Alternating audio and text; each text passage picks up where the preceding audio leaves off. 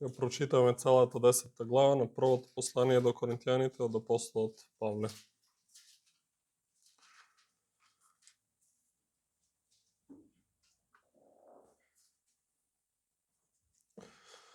Да го чуеме Божиот збор кој е единствено вдахновен и чист од секоја грешка и да внимаваме на секој збор што се чита. Не сакам да ви остане непознато, браќа, дека сите наши татковци беа под облакот и сите минаа низ морето и сите се крстија во Мојсија во облакот и во морето и сите јадеа иста духовна храна и сите пиеа иста духовна напивка, зашто пиеа од духовната стена која ги следеше, а таа стена беше Христос. Но Бог не најде благоволение во нив и беа погубени во пустината. А тие нешто станаа примери за нас, за да немаме зли желби, како што ги имаат тие. И не бидете идолопоклоници како некои од нив, како што е пишано, народот стана да јаде и пие, потоа стана да игра. Ниту блудствувајте како што блудствуваа некои од нив, и во еден ден паднаа 23.000, ниту да го искушуваме Господа како што го искушуваа некои од нив, и загинаа од змии. Ниту роптајте како што роптаа некои од нив, и загинаа од истребителот. А се тоа им се случи за пример и е напишано за поука нам, врз кој дојдоа краевите на времињата. И така кој мисли дека стои, нека внимава да не падне. Никакво искушение не ве постигна, освен човечкото, а Бог е верен и не ќе дозволи да бидете искушувани над вашите сили, туку заедно со искушението ќе ви даде и излез, за да можете да го издржите. Затоа, мои возлюбени, бегајте од идолопоклонството. Зборувам како на мудри, пресудете сами за она што ви зборувам. Чашата на благословот што ја благословуваме не е ли заедништво на Христовата крв? Лебот што го раскршуваме не е ли заедништво на Христовото тело? Затоа што лебот е еден и ние кои сме многу и само едно тело сме, зашто сите од еден леб имаме заедница. Наблюдувајте го земниот Израел. Оние кои ги јадат жртвите не се ли во заедница со жртвеникот? Па што сакам да речам? Дали жртвуваното на идолите е нешто или дека идолот представува нешто? Не, туку дека она што народите го жртвуваат, им го жртвуваат на бесовите, а не на Бога, а јас не сакам вие да бидете во заедница со бесовите. Не можете да ја пиете Господовата чаша и бесовската чаша. Не можете да учествувате во Господовата трпеза и на бесовската трпеза. Или пак да го предизвикаме Господа на ревнување. Дали сме ние посилни од Него? Се е дозволено, но не е се полезно. Се е дозволено, но не е се поучно. Никој да не ја бара својата полза, туку ползата на другиот. Јадете се што се продава во месарница, не испитувајќи ништо заради совеста, зашто Господова е земјата и се што ја исполнува.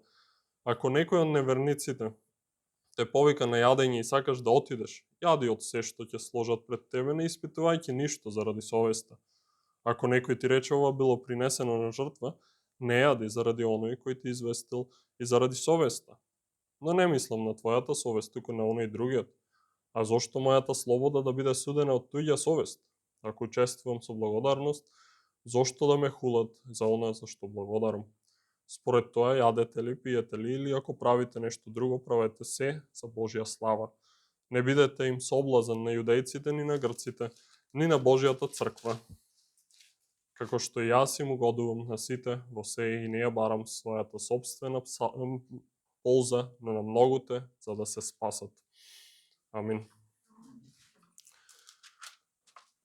Сега ќе ги насочиме нашите мисли во последното барање во молитвата Оче наш, тоа е 6-тото барање и заклучокот на истата молитва. Молитвата ја наоѓаме во Евангелието според Матеј, 6 глава.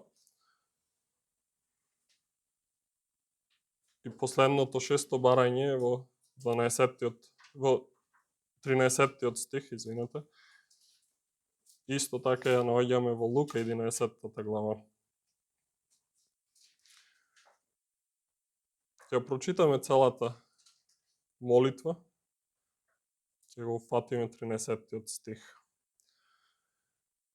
Туку молете се вака: Татко наш кој си во небесата, да се свети Твоето име, да дојде Твоето царство, да биде Твојата волја, како во небото, така и на земјата. Нашиот насушен леб дај ни го денес и прости ни ги нашите долгови, како што и ние им ги проштаваме на нашите должници. И не воведувај не во искушение, но избави не од лукавиот, зашто Твое царството и силата и славата во сите векови. Амин. Како што видовме низ изминатите проповеди на оваа молитва е насочена кон верните да се молат според овој образец. Не е дадена само од збор до збор да ја изговараме без разбирање, туку ни е дадена да биде формата како ние се молиме, воено да може да се користи и од збор до збор како наша молитва.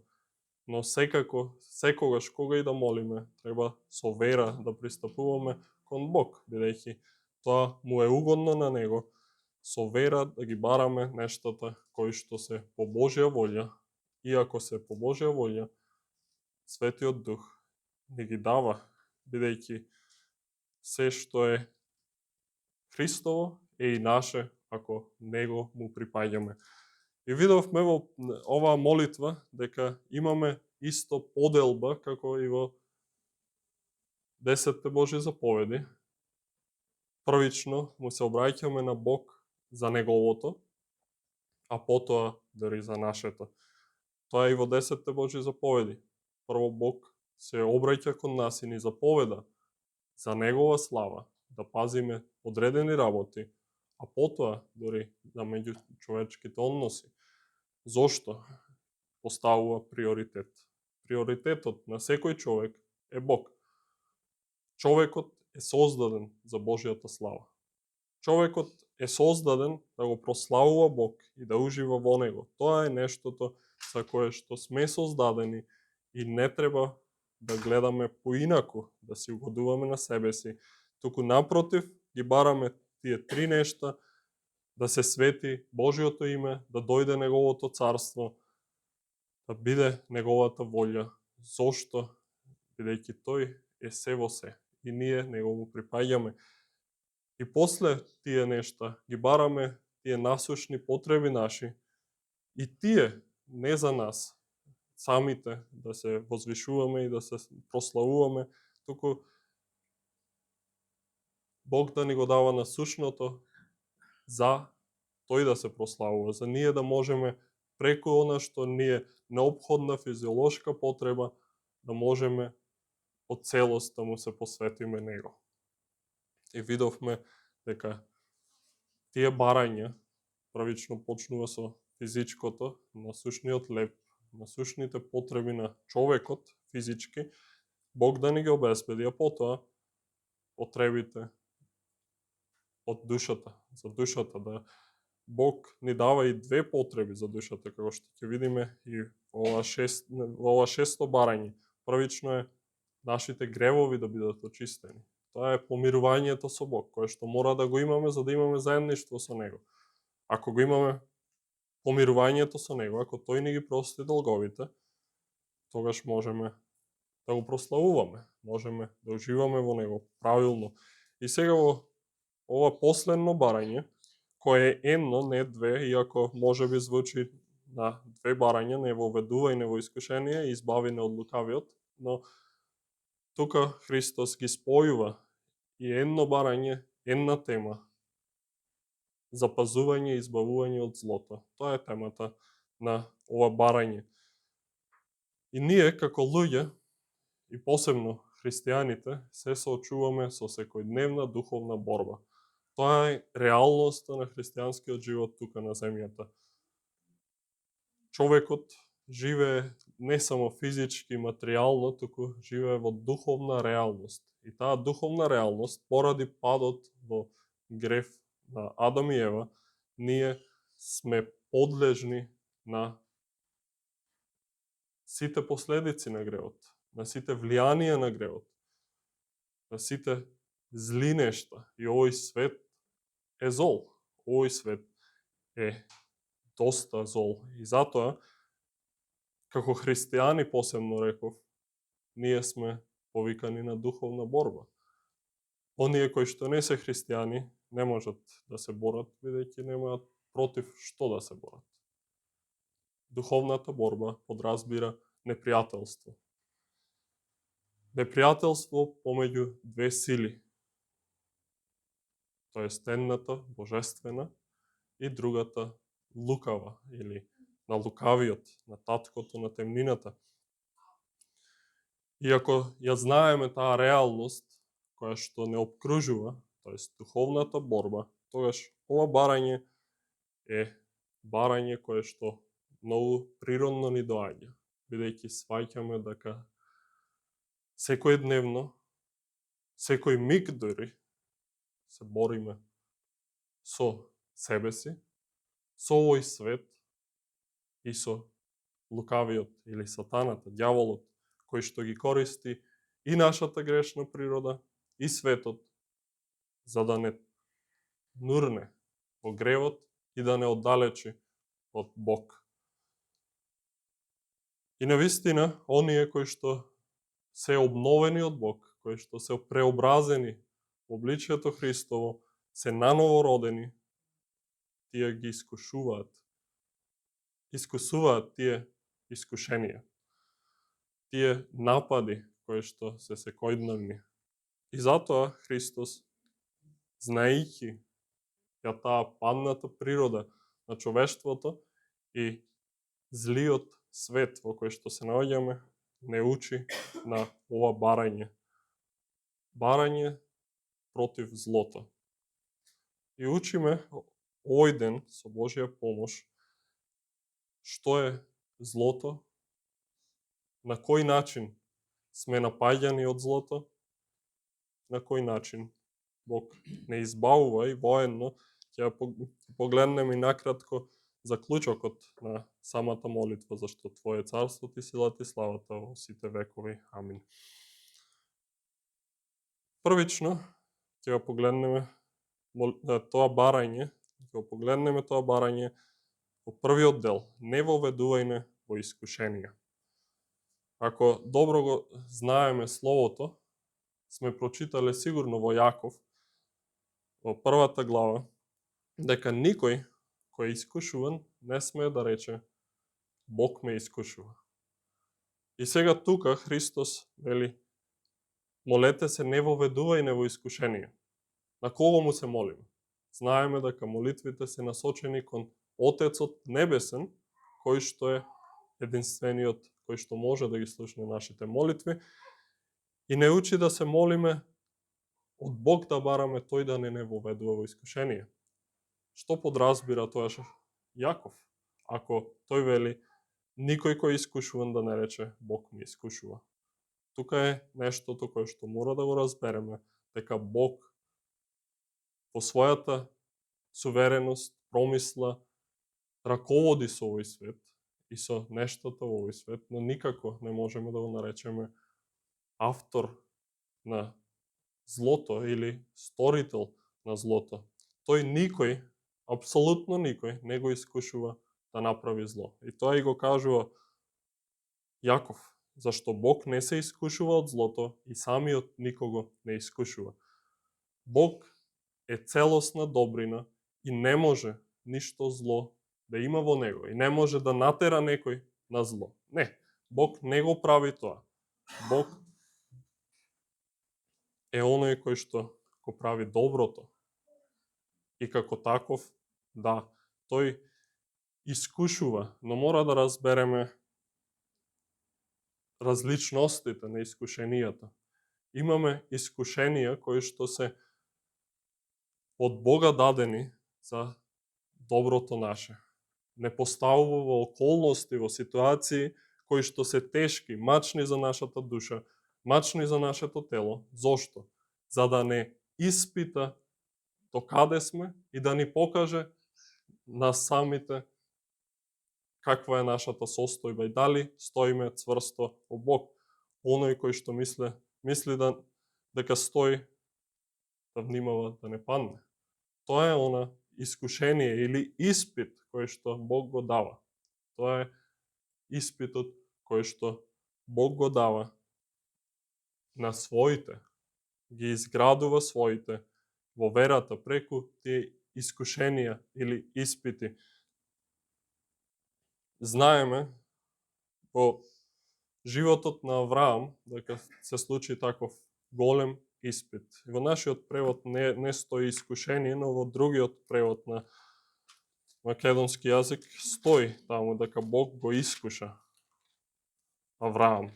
22 глава вели, по тие настани Бог го стави на проверка Авраама.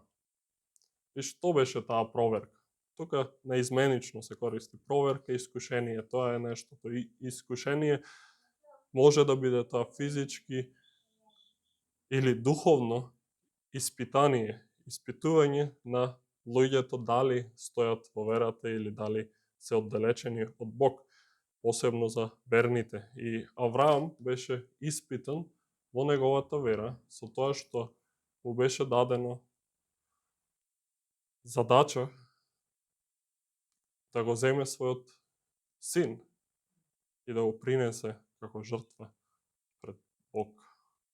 И тоа Авраам го направи преку вера, знаејќи дека има воскресение, го направи. И на тој испит, можеме да речеме, положи. Не падна. Тие се некои испити кои што Бог ги дава на верните, за да не усоверши и да не направи послични на Христос. Во Стариот Завет го имаме Јов, правенниот Јов. И тоа е голем пример на искушение, кое што Бог го дозволува.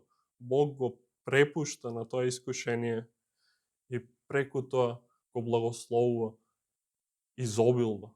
Она што го имал, го загубува привремено, но добива многу повеќе од тоа. Тоа е искушението кое што Бог го дава за верните, доброто искушение, доброто испитание, за ние да се усовршиме во верата. Но тука, ако молиме ние, не воведувај не во искушение, не воведувај во искушение, тоаш сигурно подразбира нешто друго. И тогаш мора да погледнеме поинаку на искушение. Искушението тука подразбира она искушение кое што и самиот Господ Исус Христос беше искушуван на ист начин. Читаме само 2 глави пред оваа 6 глава во Матеј, како Христос беше понесен во пустината од Светиот Дух, за да биде искушуван не од Бог, туку да биде искушуван од ѓаволот. Тие искушенија кои што тука се молиме против или запазување од тие искушенија, се искушенија на привлечност, на измама. Се испитуваме од надвор или од себе си на нешта кои што имаат некоја привлечност за нас. Не измамува или нашето собствено тело, или светот, или сатаната. Тие се нештата кои што можат да не искушуваат. Сатаната, како прв на греот, како оној што најпрвин сгреши и најмногу сака ние да паѓаме во грев, тој е оној првиот и затоа е тука стои во вториот дел избавине од лукавиот. Лукавиот е ѓаволот. Тој е оној кој што најпрво сака да не искушува. Но ние во себе си поради паднатата природа сме искушувани од самите себе, од нештата кои што сме ги таложеле со годините, гревот кој што сме го искајувале во нашата душа, во нашето срце. И тие нешта испливуваат на површината, во нашите мисли, во нашите желби. И така, самите себе се искушуваме. Се искушуваме да направиме зло. Тоа е искушението. Светот е, како што реков, зол. И светот исто така не искушува. Светот е спротивно на она што е Божјо, бидејќи светот е предаден на власта на сатаната. и светот има секакви работи кои што ги нуди на луѓето. И тие работи се измама, се зли работи кои што не одвлекуваат од доброто. Светот има многу примамливи нешта кои што ги нуди. Примамливоста на богатството, примамливоста дури од доброто, убаво, пристојно семејство. Примамливоста на привлечноста на очите на она што е убаво. Дали тоа е жена, маж, дали тоа е убави одмори, убави коли, убави прошетки. Тие се нешта кои што можат да бидат искушенија. И можеме да видиме во искушувањето на Христос Исус, тие нешта им беа понудени. Првично насушниот леп му беше понуден, потоа му беше понудена славата, силата, дека Бог ќе го запази и ќе испрати ангели да го носат. Трето му беше понудена славата и царствата на овој свет. Тие се нештата кои што светот ги нуди. Но ќе видиме дека сатаната, како лукав, како итар, зол ангел, ги користи и светот, и нашата грешна природа, за да не напаѓа.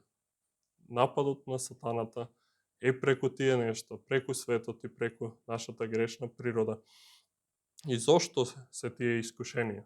Секако, ако светот е зол, нашата природа, падната е грешна и се уште ја имаме и треба да се бориме со неја, и сатаната е првиот меѓу грешните, секако дека тие искушуваат за да не одвлечат од Бог. Затоа се тие искушенија, да не одвлечат од Бог, да не уништат, да не сакаме веќе да бидеме во заедништво со Бог. Тие се искушенијата на овој свет, на сатаната и на самите себе. И навистина треба да погледнеме во себе си и да бидеме искрени со себе. Дали секојдневно се бориме? Ако не се бориме, ако не ја имаме таа духовна битка секојдневна против злото, тогаш најверојатно сме слепи на злото кое што е околу нас, слепи на самата наша грешност, слепи на силата на ѓаволот. Дали се бориме секојдневно? Дали секојдневно искусуваме искушенија?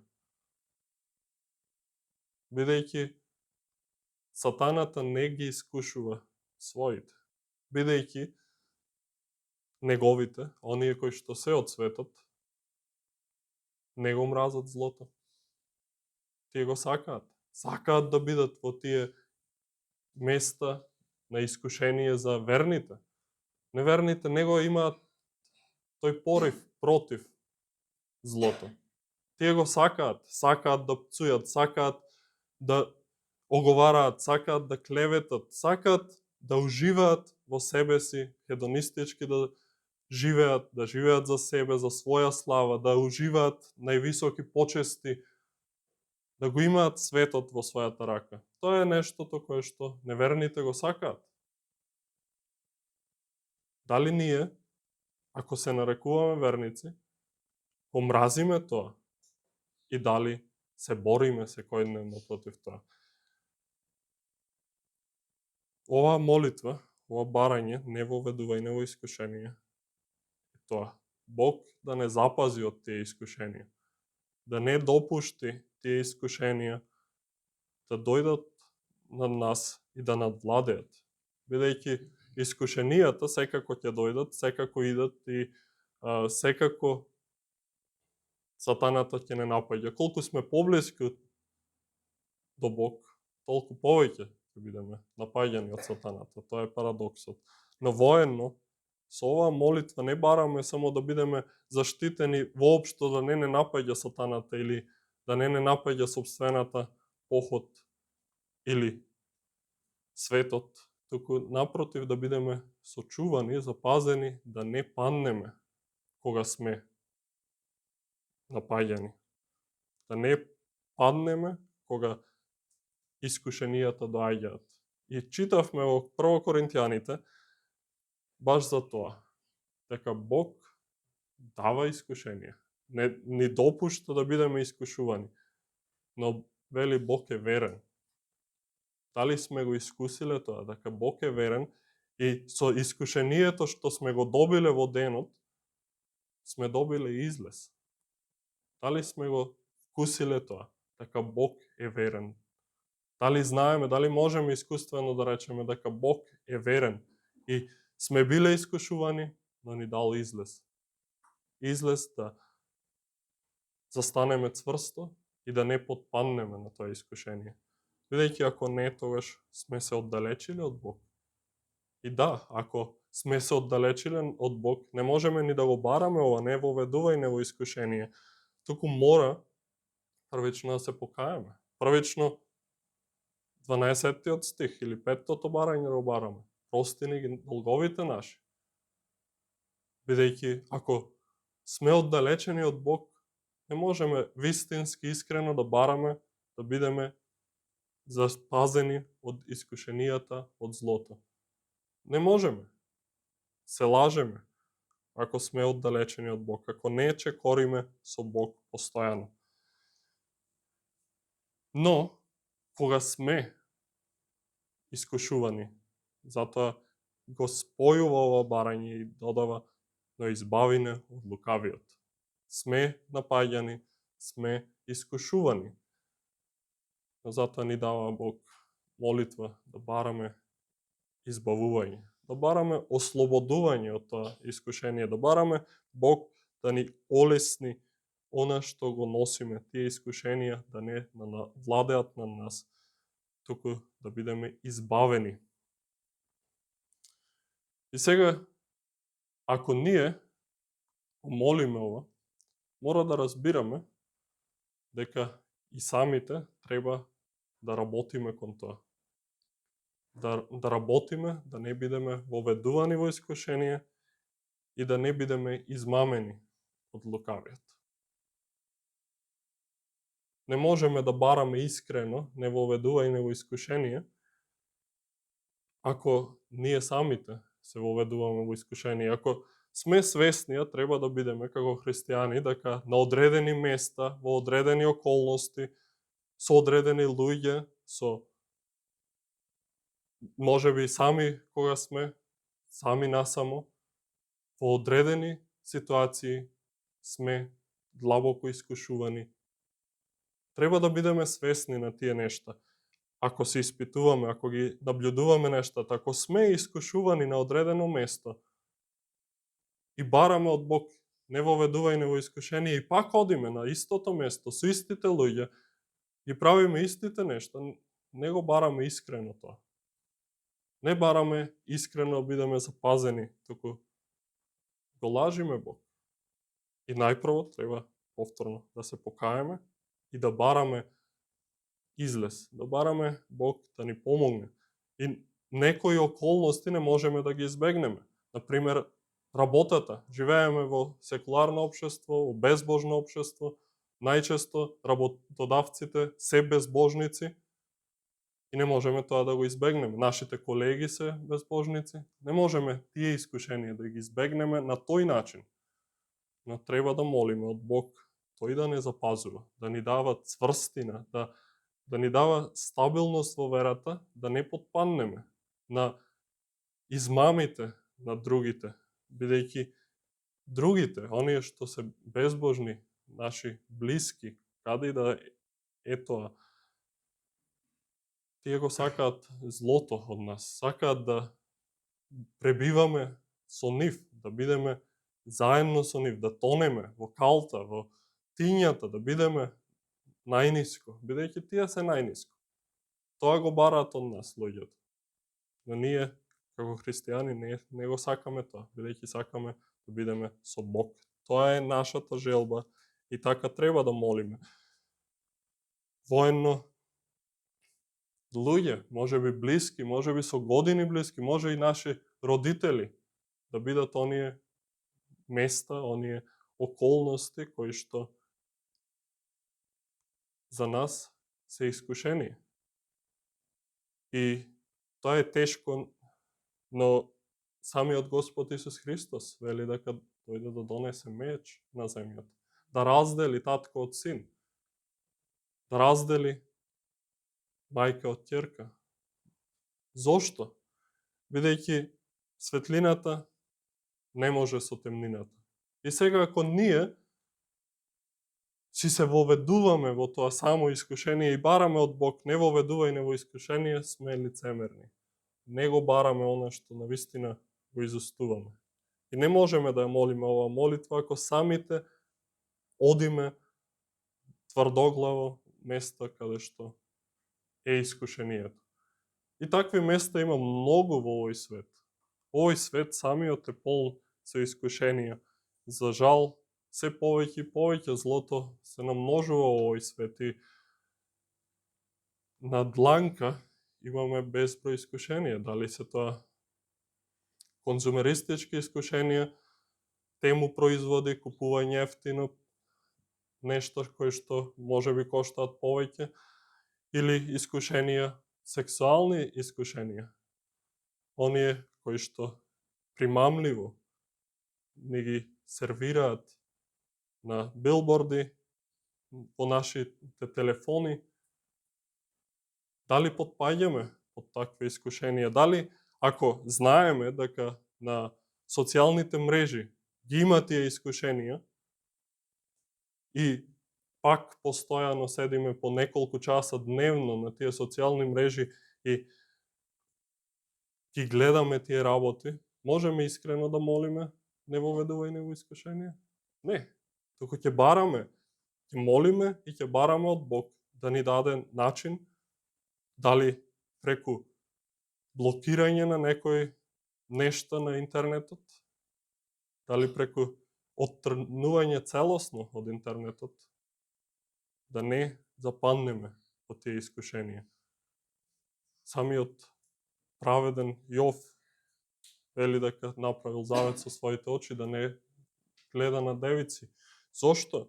Бидејќи знае неговата грешност и слабоста на човекот.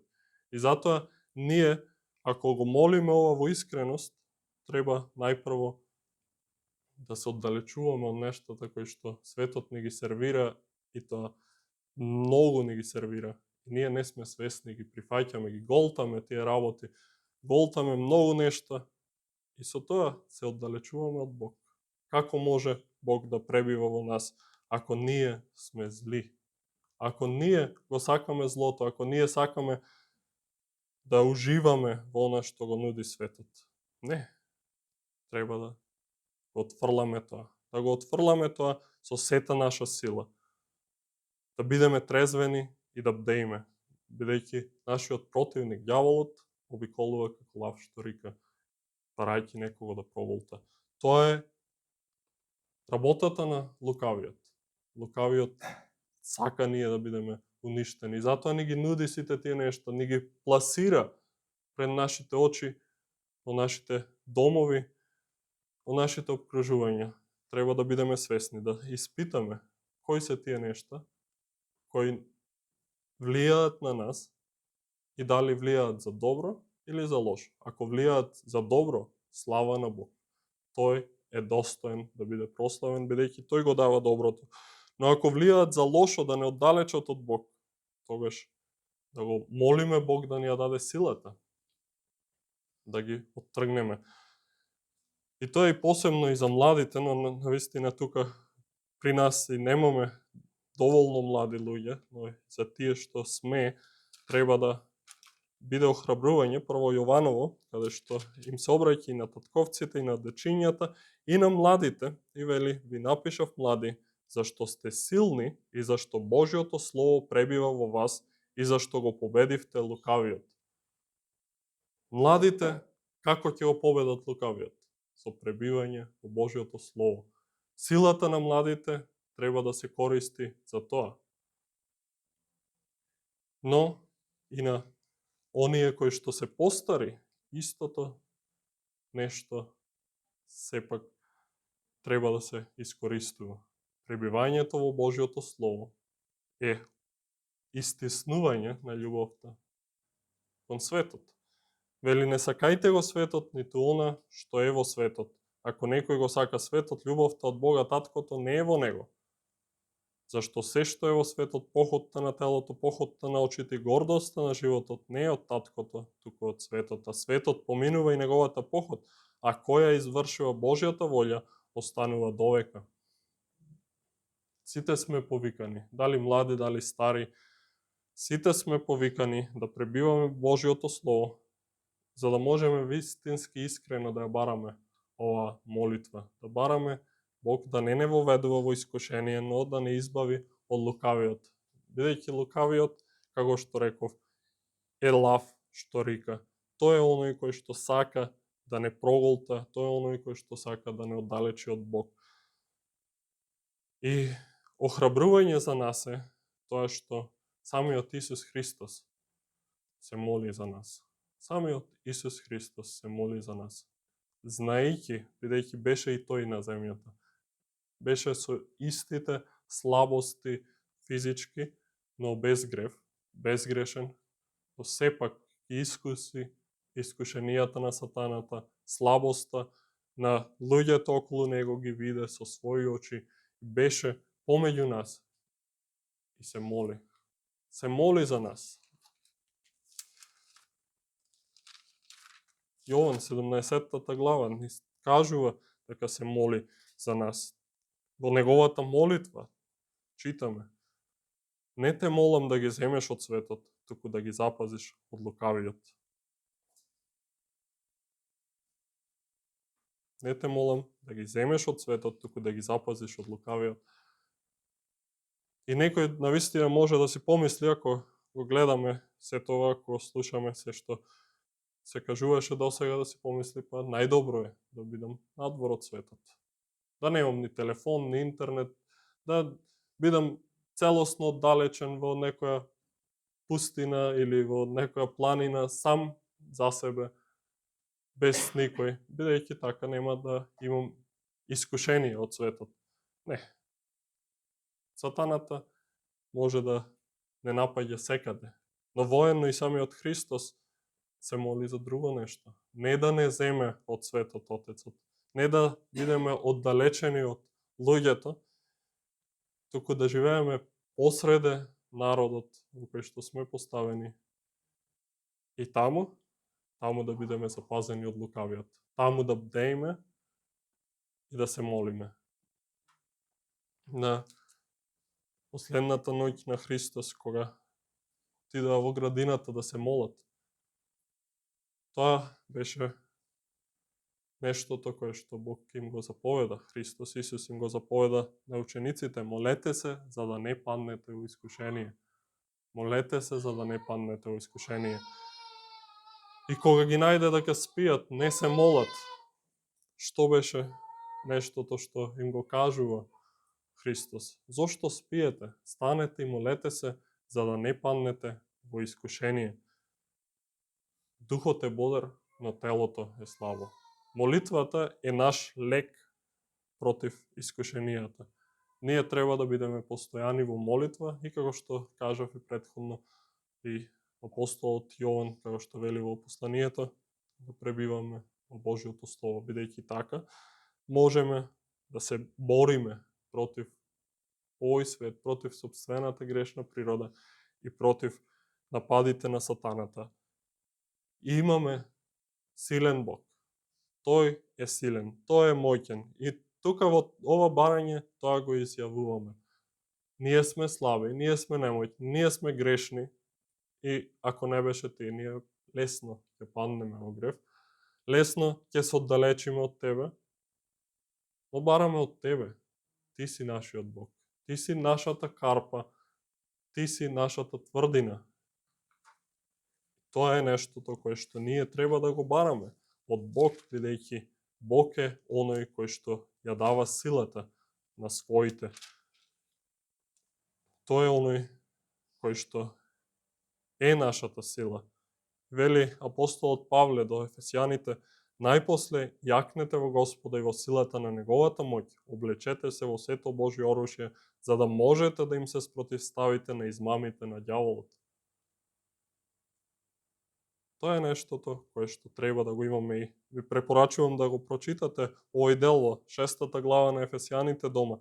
Од 10-тиот стих надолу можете и целата глава се разбира, каде што ни се кажува кои се нештата кои што Бог ги определил за нас, оклопот, оружјето наше, обувките наши, се што ни е потребно за да се заштитиме од сатаната. И вика: јакнете во Господа и во силата на неговата моќ. Тој е нашата сила, тој е нашето прибежиште.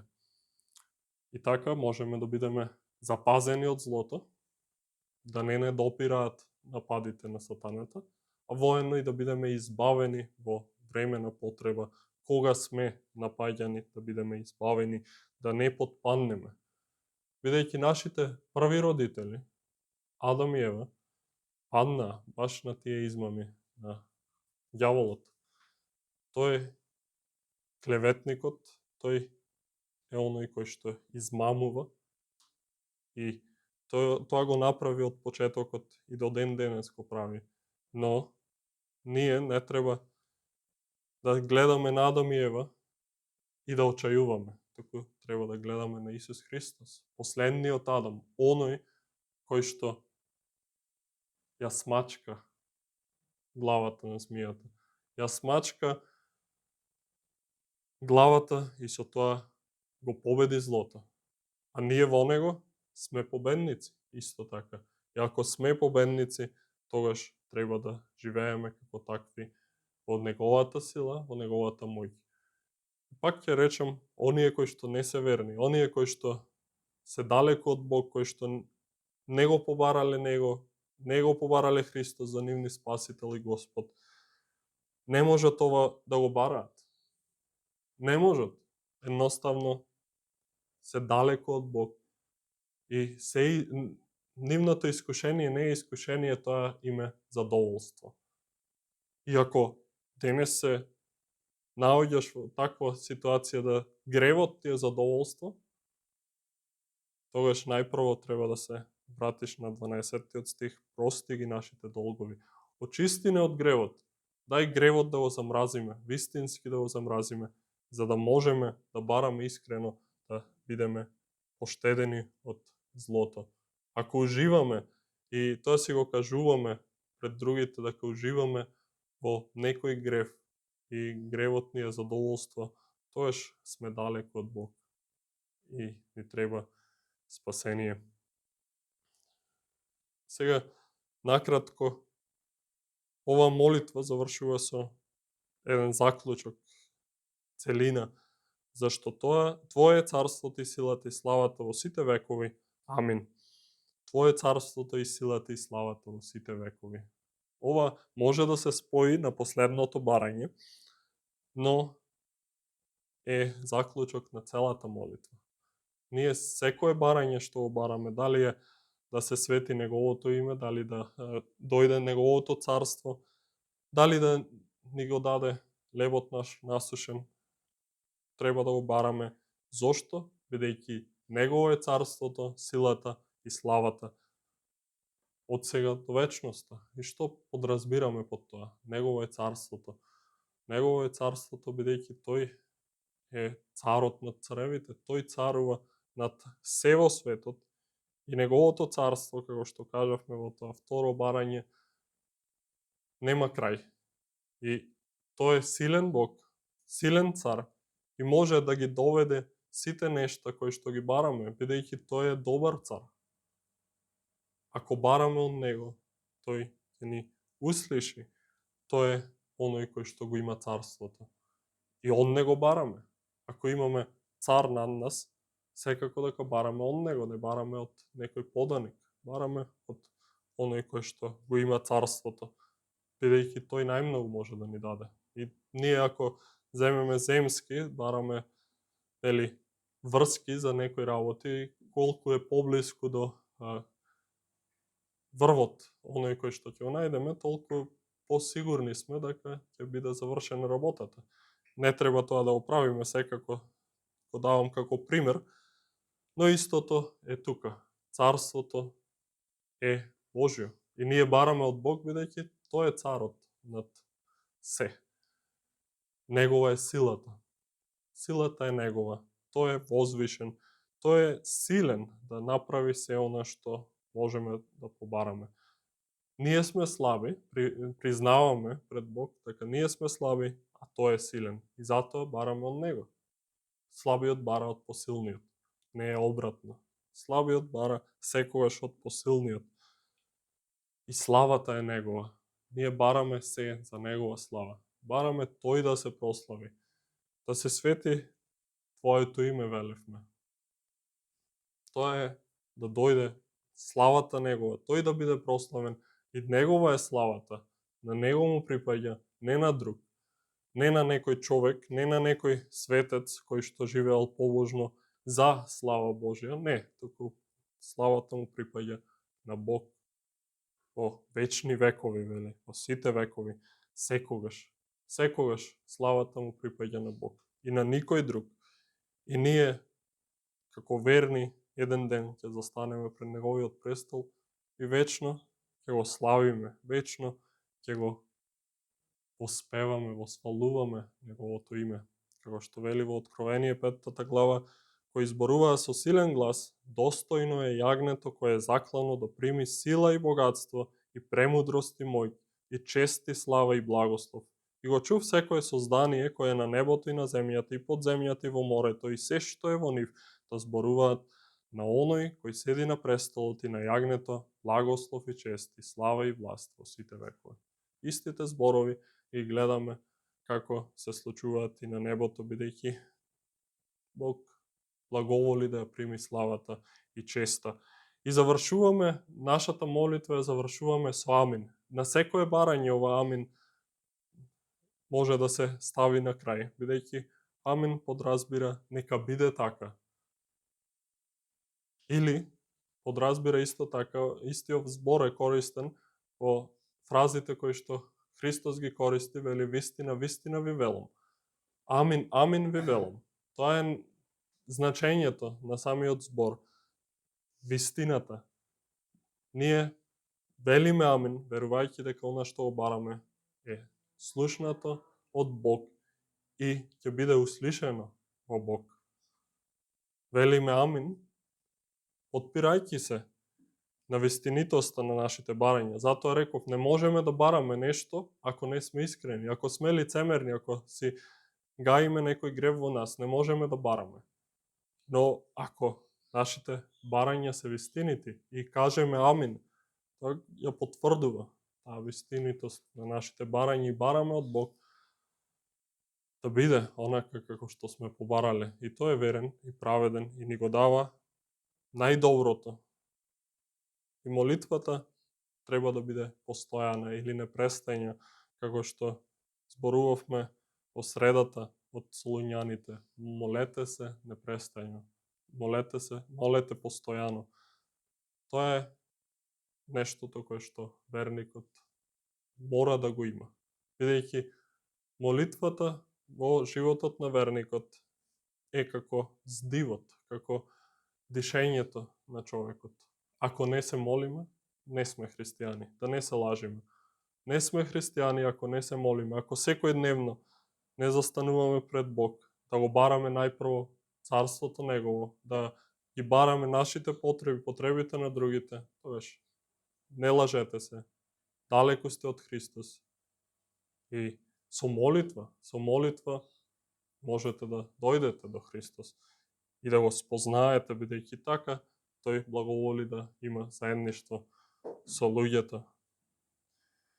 Со тоа го завршуваме ова објаснување на молитвата и помолиме Бог да навистина ни помогне да ги молиме сите нешта со вера и со понизност да бараме од Него. Да се исправиме и да се помолиме од Него, за Него.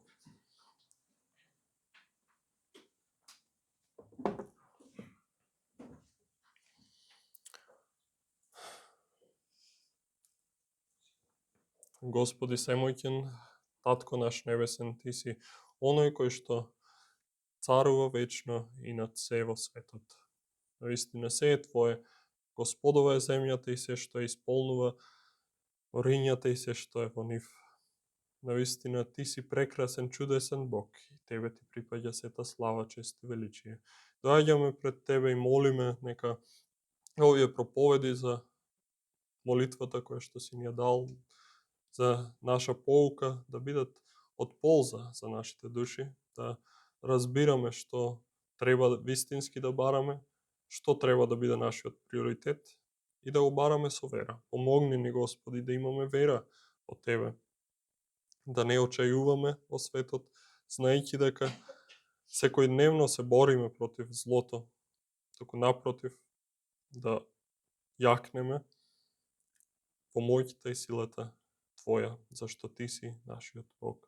Ти си силниот Бог кој што го победи сатаната и ни извојува победа за нас и ни даде живот, живот во изобилие.